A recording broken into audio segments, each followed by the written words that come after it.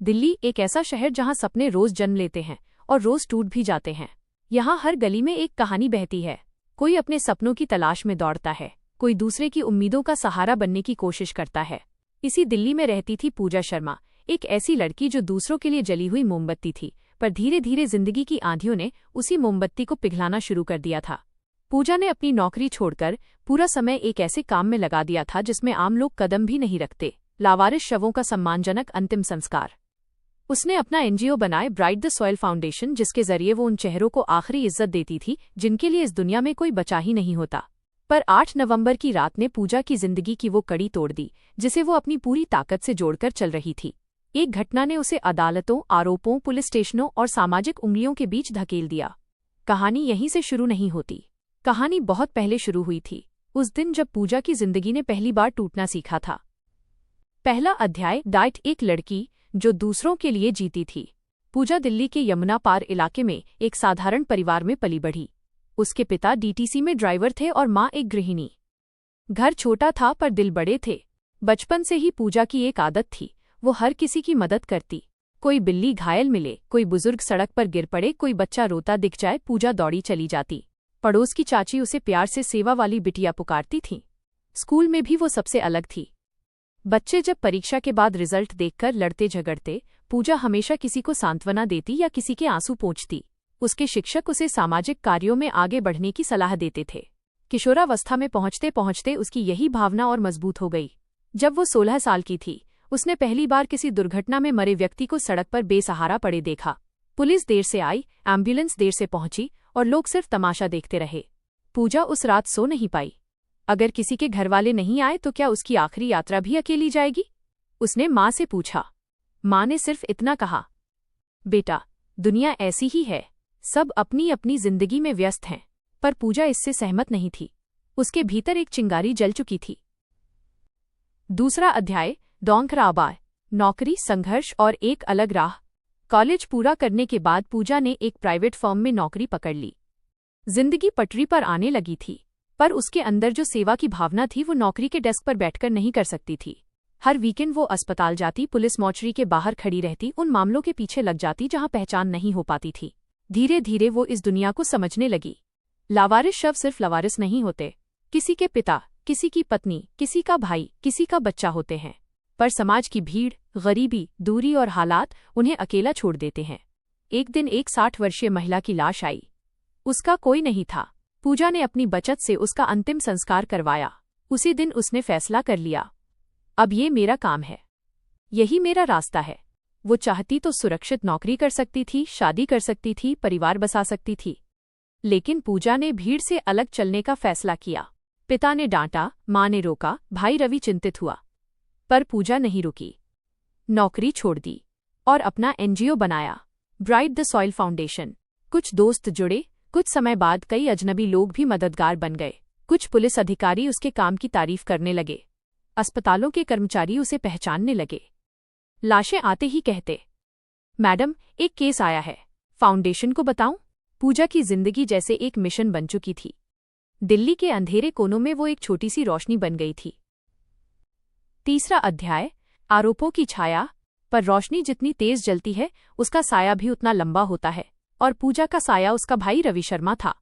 रवि बचपन से गुस्सैल स्वभाव का था। उसका एक दोस्त छंटकी कुछ साल पहले एक लड़ाई झगड़े में मारा गया था। इस घटना ने रवि को भीतर से तोड़ दिया, पर उससे भी ज्यादा उसे शक था कि उसके दोस्त की मौत में इलाके का लड़का सनी मेहरा किसी न किसी तरह शामिल था। यह सिर्फ शक था, कोई सबूत नहीं, पर रवि के दिल में ये शक जहर की तरह फैल चुका था। पूजा ने रवि को कई बार समझाया, कानून से बड़ा कोई नहीं, अगर सनी ने कुछ किया होगा तो पुलिस देख लेगी। रवि मानता नहीं था, और शायद इस पूरे मामले में पूजा की एकमात्र कमजोरी यही थी, अपना भाई। चौथा अध्याय, 8 नवंबर की रात। नवंबर की वो रात ठंडी थी। नंदनगरी की गलियों में धुंध घूम रही थी और धीरे धीरे गलियों में सन्नाटा फैल रहा था। लेकिन उस सन्नाटे में कुछ ऐसा घट रहा था जिसने कई जिंदगियों की दिशा बदल दी। पूजा रात के 9 बजे तक एक मोर्चरी में एक लावारिस शव के कागज पूरे कर रही थी। उसके फोन पर रवि के 5 मिस्ड कॉल थे। वो काम में इतनी व्यस्त थी कि उसने ध्यान नहीं दिया। लगभग 10:15 पर उसने भाई को कॉल की। उधर से आवाज आई, दीदी, बस आप एक बार पार्क आ जाओ जल्दी। पूजा घबरा गई। उसने ऑटो पकड़ा और नंदनगरी के उस पार्क में पहुंची जहां रवि ने बुलाया था। पार्क की बाउंड्री के पास कुछ लोग खड़े थे और अंदर सनी मेहरा जमीन पर पड़ा था, हाथ बंधे हुए, शरीर पर चोटों के निशान। पूजा ने एक पल में सब समझ लिया। उसकी सांसें रुक गईं। रवि, ये क्या किया तूने? रवि कांप रहा था। दीदी, छंटकी को किसने मारा था पता है ना? इसने। पूजा ने सनी को देखने की कोशिश की। सनी कराह रहा था पर बोल नहीं पा रहा था। पूजा ने फोन निकालकर एम्बुलेंस बुलाने की कोशिश की, पर भीड़ के कुछ लोगों ने कहा कि उसने उल्टा रवि को उकसाया था। कुछ लोग बोले। पूजा ने सनी पर शक जताया था। किसने क्या कहा, किसने क्या देखा, किसने क्या सुना? ये रात इतनी उलझी थी कि किसी को साफ सच दिखाई नहीं देता था। सनी को आखिरकार अस्पताल ले जाया गया, पर उसकी हालत गंभीर थी और जब वो अगली सुबह दम तोड़ गया, तभी से आरोपों का सिलसिला शुरू हो गया। 5वां अध्याय, मांचमा अबाट, गिरफ्तारी, मीडिया और टूटती हुई पूजा। पुलिस ने जांच शुरू की। रवि को गिरफ्तार किया गया। पूजा को पूछताछ के लिए बुलाया गया। कुछ लोगों ने कहा पूजा वहां खड़ी होकर रवि को उकसा रही थी। कुछ बोले वो तो समझा रही थी। कुछ ने कहा वो डर के मारे खामोश थी। लेकिन जब मीडिया को खबर सूझी, उन्होंने हेडलाइन लगा दी, लावारिस शवों का अंतिम संस्कार करने वाली महिला हिंसा के मामले में आरोपी। पूजा का दिल बैठ गया। जो सालों तक लोगों को सम्मान देती आई, आज उसी पर अपमान के आरोप लग रहे थे। एनजीओ के कुछ सदस्य पीछे हट गए। कुछ समर्थकों ने फोन उठाना बंद कर दिया। सोशल मीडिया पर लोग दो हिस्सों में बंट गए। एक तरफ लोग थे जो पूजा की सेवा को जानते थे, दूसरी तरफ वे जिन्होंने सिर्फ हेडलाइन पढ़ी। पूजा पुलिस स्टेशन के बाहर खड़ी थी, हाथ में फाउंडेशन की फाइलें थीं, आंखों में आंसू। मैंने किसी को उकसाया नहीं, मैं तो वहां पहुंची ही बाद में थी, वो बार बार कहती। लेकिन जांच अपने समय से चलती है, कानून सबूतों से चलता है, और इस समय सबूत उलझे हुए थे। 6वां अध्याय, टूटे हुए रिश्ते और अकेली पड़ती पूजा। रवि जेल में था और पूजा की हालत अंदर से टूट रही थी। मां रो रोकर बीमार हो गई।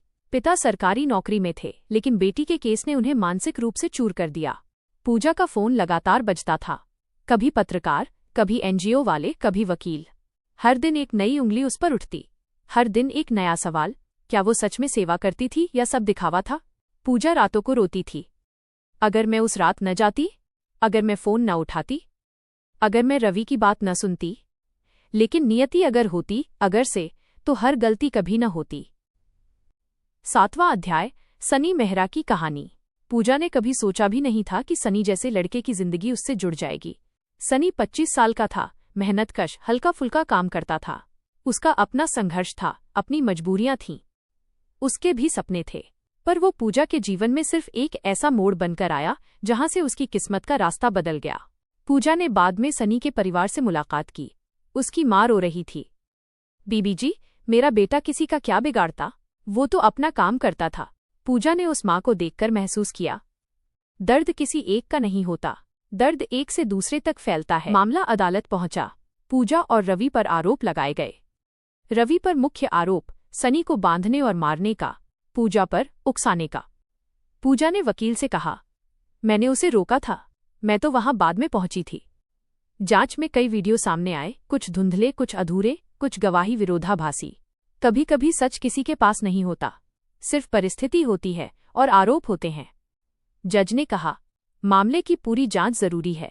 पूजा की एनजीओ पर ताले लग गए। फाउंडेशन के दस्तावेज पुलिस के पास थे। जो लोग पहले उसके काम की मिसाल देते थे, अब उससे दूरी बनाने लगे। पर कुछ लोग ऐसे भी थे जिन्होंने उसका साथ नहीं छोड़ा।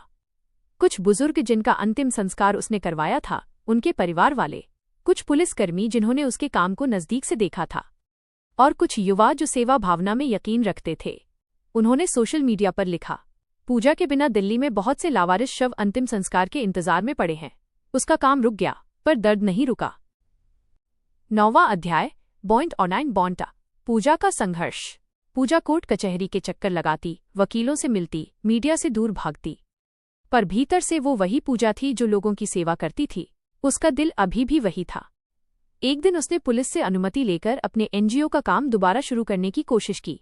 मैं आरोपों से लड़ रही हूं, पर मेरे कारण अगर किसी का अंतिम संस्कार रुके तो ये मेरी सबसे बड़ी हार होगी। पुलिस ने अनुमति दी, शर्तों के साथ। उसने 2 लावारिस शवों का अंतिम संस्कार फिर से करवाया। समाचार चैनलों ने इसे दिखाया। आरोपों के बीच पूजा ने सेवा जारी रखी। धीरे धीरे समाज में दो बातें फैलने लगी। एक, कि पूजा निर्दोष हो सकती है।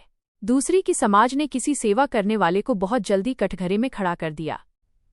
10वां अध्याय, अंत नहीं, एक नई शुरुआत। केस चल रहा था, फैसला दूर था, पर एक बड़ी बात हुई। पूजा टूट कर भी खड़ी रही। उसने कहा, मैं कानून का सम्मान करती हूं। अगर मैं दोषी हूं तो सजा मिलनी चाहिए, पर अगर मैं निर्दोष हूं तो मुझे मेरा काम लौटाने का हक है। पूजा ने सनी की मां से दोबारा मुलाकात की।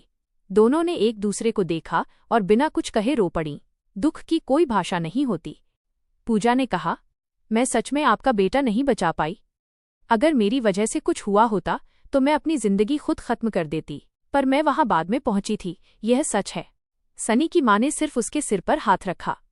मैं सच झूठ नहीं जानती बेटी, पर मैं देख रही हूं कि तू दुख से टूट गई है। दुख में जो रोता है वो बुरा नहीं होता। यह शब्द पूजा के टूटे दिल को जोड़ने वाले धागे साबित हुए। उपसंहार, रोशनी अभी भी बची है। पूजा आज भी केस लड़ रही है। रवि जेल में अपनी सजा काट रहा है और कानून का सामना कर रहा है। पूजा ने अपना फाउंडेशन फिर से शुरू किया है, धीरे धीरे पर मजबूत संकल्प के साथ। लोग फिर से उससे जुड़ने लगे हैं। कुछ नई लड़कियां उसके एनजीओ में वॉलंटियर बनना चाहती हैं। पूजा कहती है, गलती इंसान से होती है, लेकिन अगर इंसान भीतर से गलत नहीं है तो वो गलती को जीवन पर हावी नहीं होने देता। पूजा की कहानी किसी संत की नहीं है, वो इंसान है। कमजोरियां भी हैं, ताकत भी। कभी टूटी, कभी संभली, कभी गिरकर उठना पड़ा, कभी रोकर मुस्कुराना पड़ा। ये कहानी सिर्फ पूजा की नहीं है, ये कहानी है उम्मीद, संघर्ष और सच की तलाश की।